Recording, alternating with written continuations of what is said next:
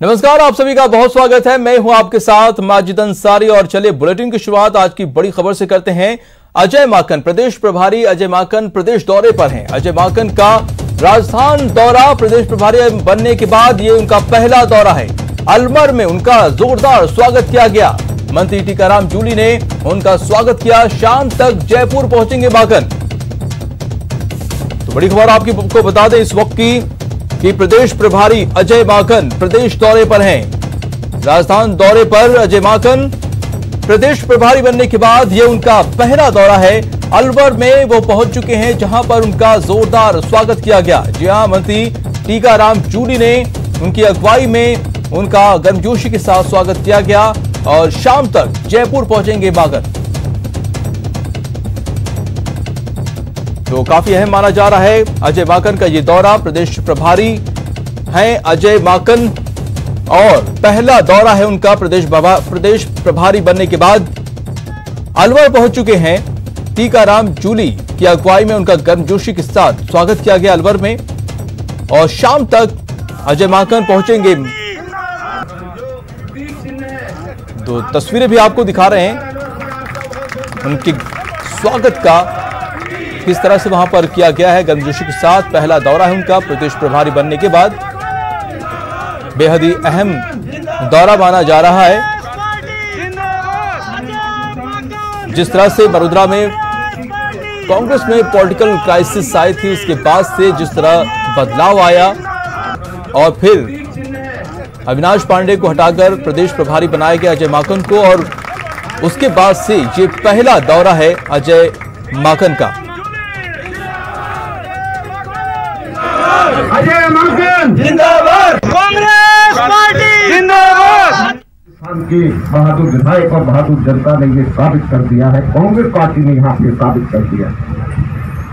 इसलिए हम लोग आपसे कहना चाहते हैं कि हमारी लड़ाई जो हमने जीती है वो केवल एक हिस्सा थी, और आगे आने वाले समय के अंदर इस प्रकार से लोकतंत्र के ऊपर और हमले होंगे और हम लोग के लिए हमको तैयार रहना होगा, और किसी भी कीमत के ऊपर राजस्थान को हम हारने नहीं देंगे। राजस्थान के अंदर लोकतंत्र को हम लोग हारने नहीं देंगे। और कांग्रेस पर प्रदेश प्रभारी अजय माकन का जयपुर दौरा। जी हां, माकन के सम्मान में सीएम की ओर से डिनर होगा। सीएम आवास पर डिनर का आयोजन होगा।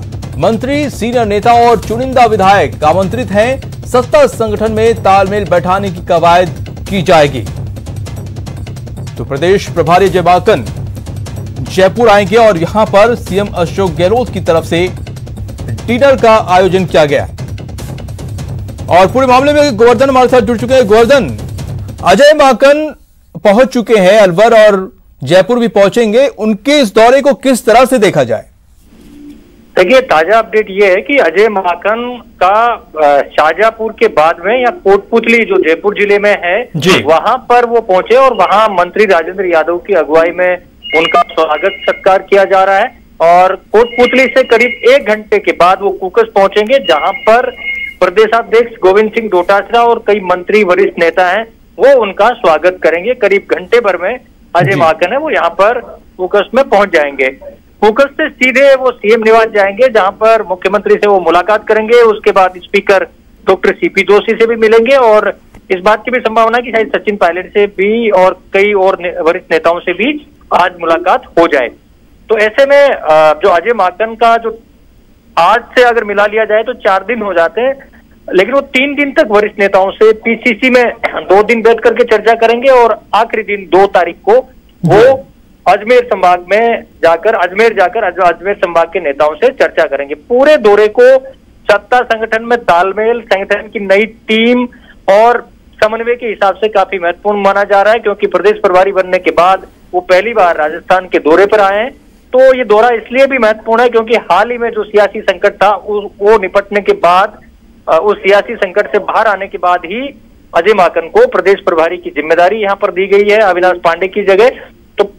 माकन के सामने चुनौतियां होंगी सत्ता संगठन में तालमेल के साथ साथ जो कांग्रेस की खेमेबंदी है उसमें आपसी तालमेल बिठा करके और विश्वास बहाली करना, क्योंकि प्रदेश प्रभारी के नाते विश्वास बहाली उनके सामने सबसे बड़ी चुनौती है, जिससे उनको दो चार होना पड़ेगा। दूसरा, रिजल्ट ओरिएंटेड टीम बनाना, क्योंकि अभी भी कांग्रेस की जो टीम है उसका गठन नहीं हुआ है, प्रदेशाध्यक्ष बना दिया गया है, लेकिन ब्लॉक से लेकर प्रदेश स्तर की जो टीम है उसका गठन होना है। तो उस टीम के गठन में भी हर तरह का जातिगत, क्षेत्रीय जो समीकरण और रिजल्ट ओरिएंटेड पदाधिकारी, इन सब का चयन करना भी, उसमें समन्वय बिठाना भी काफी एक बड़ी चुनौती होगी, जिनसे पार पाना होगा। साथ ही जो खेमों में आपसी समन्वय बिठाना भी प्रमुख तौर से अजय माकन के सामने चुनौतियां आने वाली हैं। तो उन्हीं को देखते हुए अजय माकन सब नेताओं से मिल रहे हैं। 3 दिन के अंदर करीब 1000 के आसपास नेताओं से अजय माकन चर्चाएं करेंगे। आज सीएम निवास पर शाम को 8 बजे के आसपास डिनर है। डिनर में सभी मंत्रियों को, विधायकों को और वरिष्ठ नेताओं को बुलाया गया है। तो ये एक डिनर डिप्लोमेसी, एक समन्वय के हिसाब से इसको भी महत्वपूर्ण माना जा रहा है। डिनर में अजय माकन के आते ही, यानी कि जो तालमेल का मामला है वो इस डिनर डिप्लोमेसी के जरिए शुरू हो जाएगी। जी बिल्कुल, ये डिनर डिप्लोमेसी का जो शुरुआत है, ये पहले जो प्रदेश प्रभारी थे अविनाश पांडे से पहले जो यहाँ प्रदेश प्रभारी थे, उन्होंने डिनर का शुरुआत की थी। उस वक्त पार्टी भले विपक्ष में थी जी। गुरदास कामत जो दिवंगत नेता हैं कांग्रेस के, वो जो प्रदेश प्रभारी थे, तो उन्होंने डिनर डिप्लोमेसी की यहाँ पर शुरुआत की थी कि नेताओं के जो बड़े नेता हैं वो एक एक करके डिनर रखें और जो कांग्रेस के नेता हैं इसके जरिए समन्वय बिठाने का प्रयास करें। तो क्या इस डिनर में सचिन पायलट भी शामिल होंगे? बिल्कुल, इनवाइट सबको किया गया है, तो निश्चित रूप से ये देखा जाएगा शायद सचिन पायलट भी इसमें आएंगे, क्योंकि बुलाया सबको गया है, पूरे प्रदेशाध्यक्षों को भी बुलाया गया है, विधायकों को बुलाया गया है। तो सचिन पायलट तो हर क्राइटेरिया में आ रहे हैं, तो वो भी न्योता तो उनको भेजा ही गया है। तो अब देखना होगा वो आते हैं या नहीं आते हैं, वो अलग बात है। लेकिन चूंकि अजय माकन आ रहे हैं, प्रदेश प्रभारी के सम्मान में डिनर है, तो कोई कारण बनता नहीं है कि सचिन पायलट नहीं आए। फिर भी अभी चंद घंटों में तस्वीर साफ हो जाएगी। हालांकि ये जो पूरा दौरा है, इस दौरे को समन्वय के हिसाब से भी काफी महत्वपूर्ण माना जा रहा है। अब अजय माकन कितना समन्वय, कितनी रिजल्ट ओरिएंटेड टीम और कितना रिजल्ट यहाँ दे पाते हैं, ये वक्त बताएगा। जी बिल्कुल, एक कमेटी जो बनी हुई थी जो पूरे संकट को सुलझाने के लिए, जिसके सदस्य अजय माकन भी हैं, तो क्या इस दौरे में वो उस काम को भी पूरा करेंगे जो संकट, जो चुनौतियां बनी हुई थी सचिन पायलट को लेकर? कमेटी बनी हुई थी, 3 सदस्यीय कमेटी बनी हुई थी, उसका काम सचिन पायलट और जो असंतुष्ट विधायक हैं उनकी बात सुनना और उसके बारे में हाईकमान को रिपोर्ट देना कि उनकी डिमांड क्या क्या हैं। क्योंकि जो कमेटी का गठन करने की बात हुई थी और केसी वेणुगोपाल जो कांग्रेस के राष्ट्रीय संगठन महासचिव है, उन्होंने लिखित प्रेस नोट जारी करके इस बारे में ये जानकारी दी थी कि ये कमेटी असंतुष्टों के जो इश्यूज है उनको एड्रेस करेगी। तो अब कमेटी की फॉर्मल जो मीटिंग है वो एक तो हो चुकी है, उसकी रिपोर्ट आकर आना बाकी है। तो ये जो दौरा है वो उसके क्रम में हो सकता है, लेकिन कमेटी का जो काम है वो अलग है। अजय माकन प्रदेश प्रभारी की हैसियत से आ रहे हैं, कमेटी के मेंबर की हैसियत से नहीं। ये गोवर्धन, आप बने रहिए, हम आपसे और भी जानकारी भी लेंगे। फिलहाल एक खबर आ रही है अनलॉक 4 को लेकर है। जी हां, अनलॉक 4 की गाइडलाइन को मंजूरी मिल गई है। जी हां, प्रदेश के लिए अनलॉक 4 की गाइडलाइंस को मंजूरी मिल गई है। सीएम अशोक गहलोत ने गाइडलाइंस को मंजूरी दे दी है। सीएम आवास पर बैठक हुई, गाइडलाइंस को मंजूरी दी गई। इस बैठक में गृह विभाग जारी करेगा अनलॉक 4 की गाइडलाइंस। बैठक में स्वास्थ्य मंत्री, सीएस सहित आला अधिकारी भी मौजूद रहे। तो गोवर्धन, एक और मुद्दा अनलॉक 4 का है, इस पर गाइडलाइन भी जारी कर दी गई है, और क्या कुछ इसमें जानकारी है? देखिए, राज्य की जो गाइडलाइन है अनलॉक 4 को लेकर, उनको मुख्यमंत्री की ओर से मंजूरी दी जा चुकी है। थोड़ी देर पहले जो बैठक खत्म हुई है, उसमें बैठक में पहले केंद्र की गाइडलाइन पर चर्चा की गई और उसके बाद में राज्य में क्या क्या किया जा रहा है। आमतौर पर अनलॉक 3 की जो रियायतें थी वो जारी रहेंगी, जो कंटेनमेंट जोन है उनमें किसी तरह की रियायत नहीं रहेगी, ये मोटे तौर से तय हुआ है। और बाकी जो छूटे हैं वो जारी रहेंगी। कुछ देर में गृह विभाग है वो राज्य की अनलॉक 4 की गाइडलाइन जारी कर देगा। उसके बाद विस्तार से सारी चीजें स्पष्ट हो जाएंगी कि अनलॉक 4 में क्या क्या चेंजेस किए गए हैं। हालांकि जो सूत्रों के हवाले से जानकारी मिल रही है उनके मुताबिक मोटे तौर से वही छूट है जो कि केंद्र सरकार ने जारी रखी है। हालांकि अभी भी शैक्षणिक संस्थान है उनको खोलने पर फैसला नहीं किया गया है।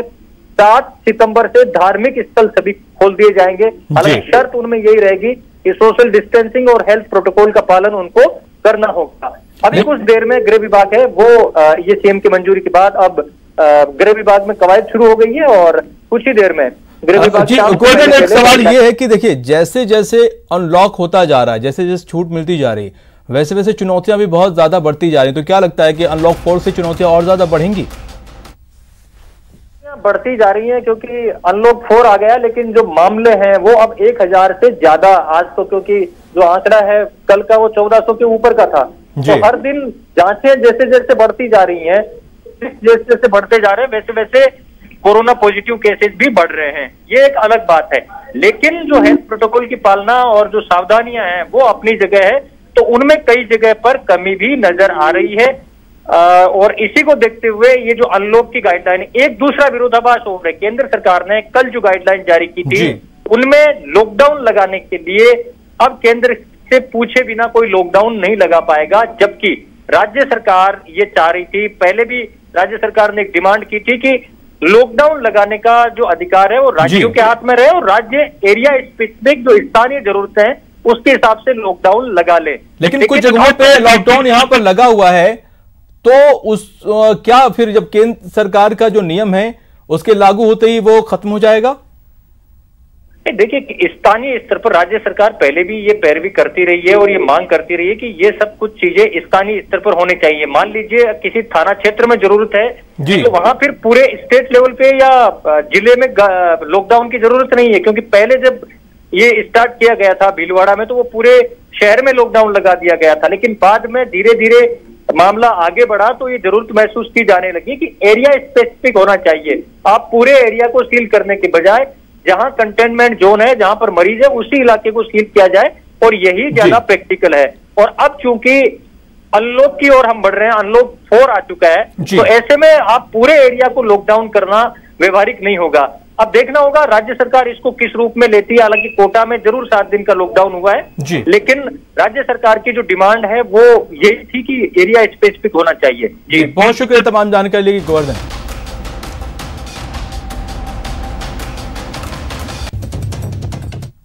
चलिए रुक करते अगली खबर का। कोटा में कोरोना की वजह से स्थानीय प्रशासन की ओर से की गई 8 दिन के लॉकडाउन की घोषणा का विरोध शुरू हो गया है। प्रशासन के इस फैसले का छोटा व्यापार महासंघ के साथ सैकड़ों व्यापार महासंघ विरोध कर रहे हैं। सड़कों पर उतरे व्यापारियों से बातचीत की हमारे संवाददाता ने।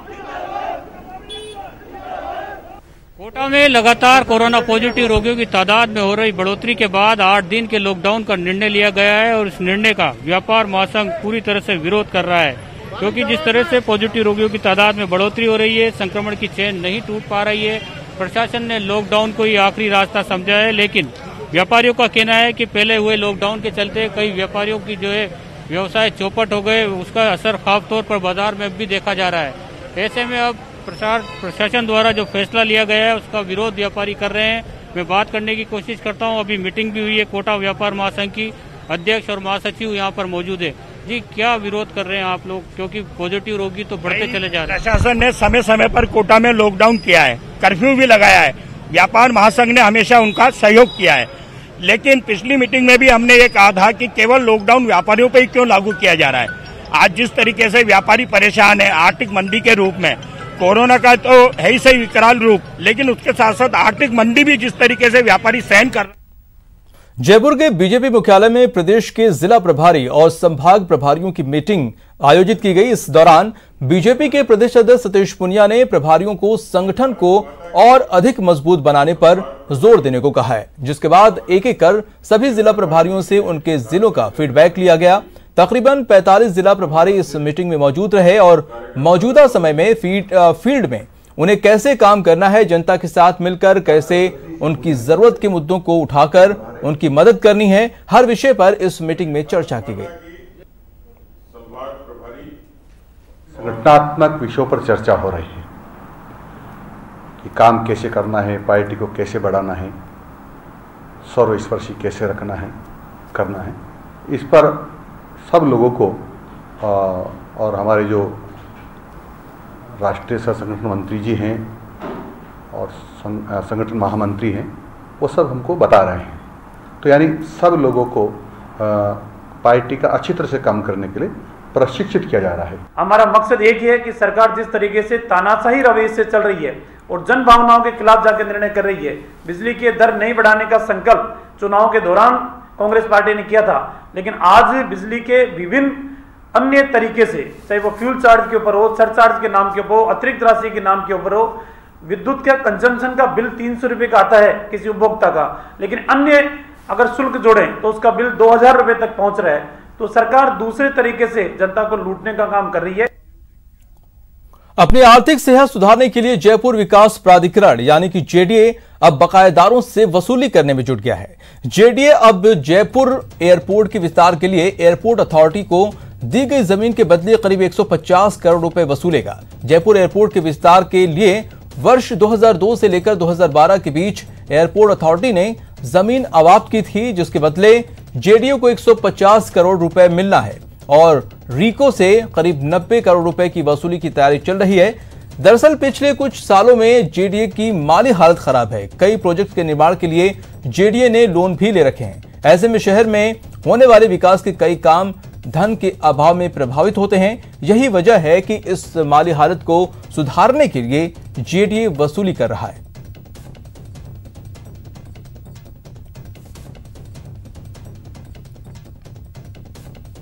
ड्यूज़ हैं, तो कुछ जगह डिस्प्यूट्स हैं और कुछ जगह ड्यूज़ हैं, तो वो ड्यूज़ भी रिकवरी की जा रही है और कुछ सरकार ने रिलैक्सेशन दी हैं, तो वो मोटिवेट किया जा रहा है लीज राशि में और वो लोग पैसा अपना जमा कर रहे हैं। साथ ही नियमन कैंप भी नियमित रूप से आयोजित किए जा रहे हैं।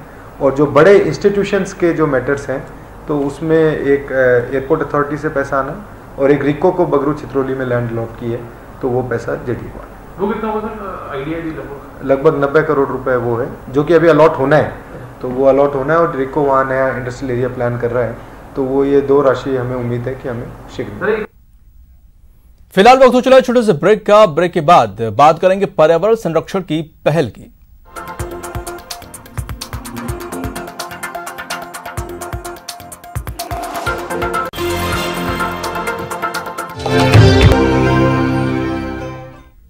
ब्रेक के बाद आपका स्वागत है। खबर कोटा के से है, जहां पर ग्रामीण पुलिस को बड़ी कामयाबी मिली है। लूट की योजना बनाते बदमाश को गिरफ्तार किया है। पेट्रोल पंप लूट की योजना बना रहे थे, जिसकी वजह से पुलिस ने 8 लोगों को 8 बदमाशों को गिरफ्तार किया है। लहसुन चोरी की भी वारदातों का खुलासा हुआ है। आरोपियों के खिलाफ हत्या, लूट, दुष्कर्म के मामले दर्ज हैं। तो कोटा ग्रामीण पुलिस को बड़ी कामयाबी मिली है। 8 बदमाशों को गिरफ्तार किया है। लूट की योजना बनाते वक्त बदमाशों को गिरफ्तार किया गया। पेट्रोल पंप लूट की योजना बना रहे थे। लहसुन चोरी की कई वारदातों का भी पुलिस ने खुलासा किया है। इन आरोपियों के खिलाफ हत्या, लूट और दुष्कर्म के मामले दर्ज हैं। एसपी और अपने कोटा ग्रामीण पारस जी, डिप्टी एसपी कोटा ग्रामीण रणविजय जी और एसएचओ दिगो नंद सिंह जी, इनकी सारी टीमें और डीएसटी टीम जो डिस्ट्रिक्ट स्पेशल टीम है, इनके सब 15-20 लोग वहाँ मौके पे गए और इन्होंने 8 आदमियों को राउंड अप किया है मौके से।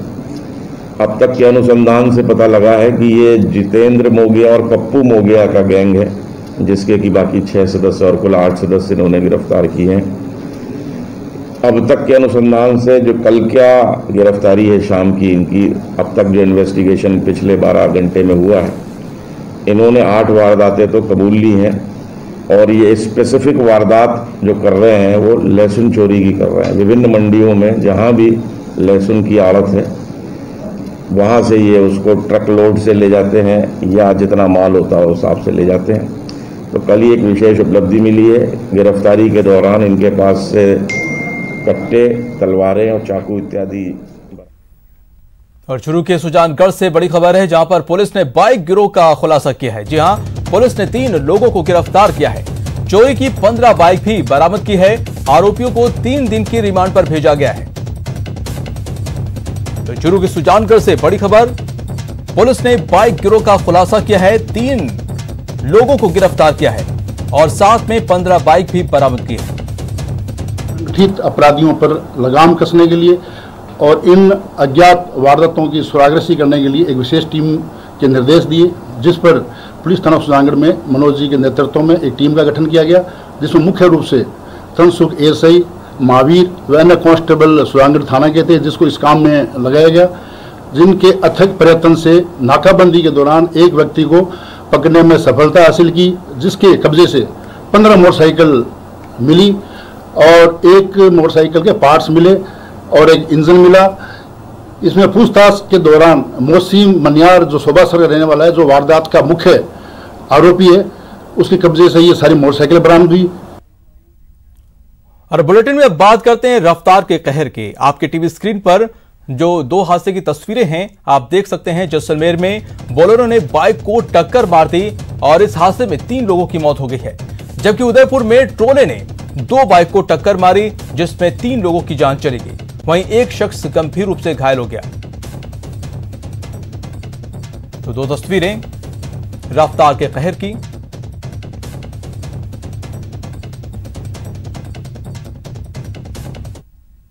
तो बात जैसलमेर की करते हैं। आज रफ्तार का कहर यहां पर बरपा है।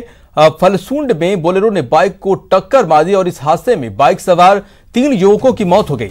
वहीं हादसे के बाद बोलेरो का ड्राइवर मौके से फरार हो गया है। पुलिस बोलेरो की जो आरोपी है उसकी तलाश कर रही है। और उदयपुर के गोगुंदा में बेकाबू ट्रोले ने 2 बाइक को अपनी चपेट में ले लिया है। घटना में 3 लोगों की यहां पर मौत हो गई है, जबकि एक व्यक्ति गंभीर रूप से घायल हो गया है। बताया जा रहा है कि तेज गति से आ रहा ट्रोल जो है अचानक अनियंत्रित होकर जो है रॉन्ग साइड में जाकर बाइक से टक्कर मार दी वहां पर, और सभी मृतक बाइक से रामदेवरा जा रहे थे। घटना के बाद एक बाइक में आग लगी और सूचना के बाद घटनास्थल पर पहुंची हाईवे पेट्रोलिंग पुलिस ने मृतकों के शव को पोस्टमार्टम के लिए भेजा है और घायल को अस्पताल में भर्ती कराया है। दौसा से हत्या का सनसनीखेज मामला सामने आया है। अहले सुबह कुछ बदमाशों ने घर में घुसकर एक युवक और उसकी मां पर हमला बोल दिया है। उस वक्त बदमाशों ने युवक और उसकी मां को निशाना बनाया जब दोनों सो रहे थे। युवक की तो मौके पर ही मौत हो गई, जबकि मां गंभीर रूप से घायल है। पुलिस ने घायल महिला से आरोपी के हुलिये के बारे में जानकारी ली है और आरोपी की तलाश में जुटी हुई है। इधर घटना की गंभीरता को देखते हुए डॉग स्क्वाड और एफएसएल की टीम मौके पर पहुंची है और सबूत जुटा रही।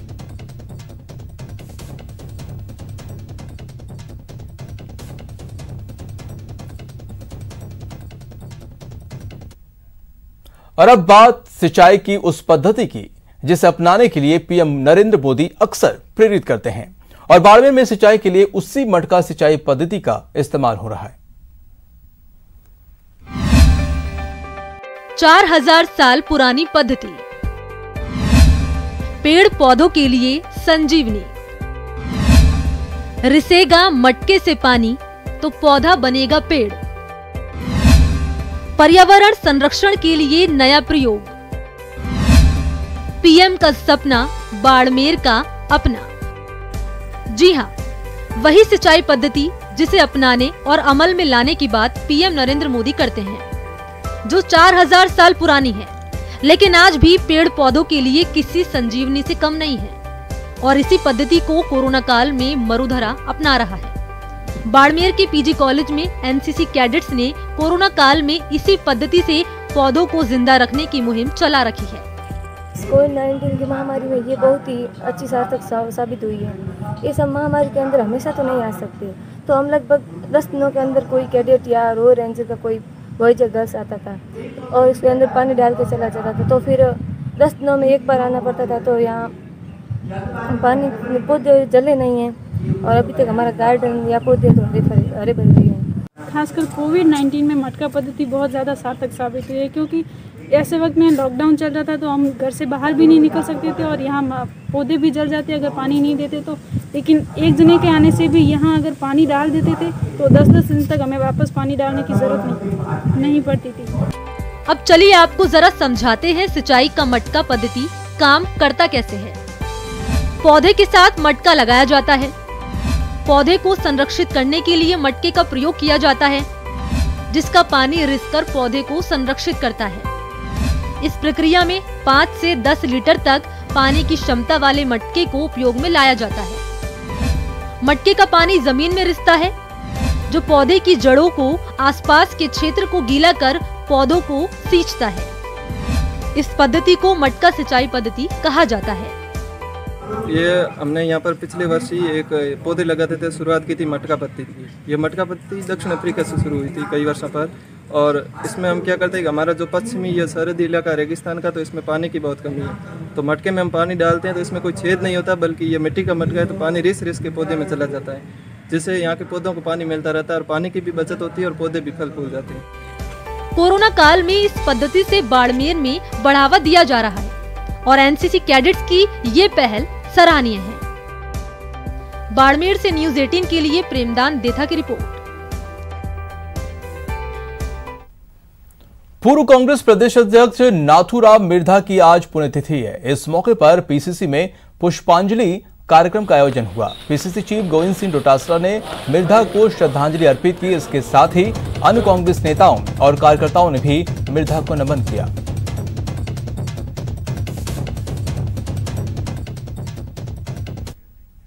फिलहाल इस बुलेटिन में इतना ही। नमस्कार।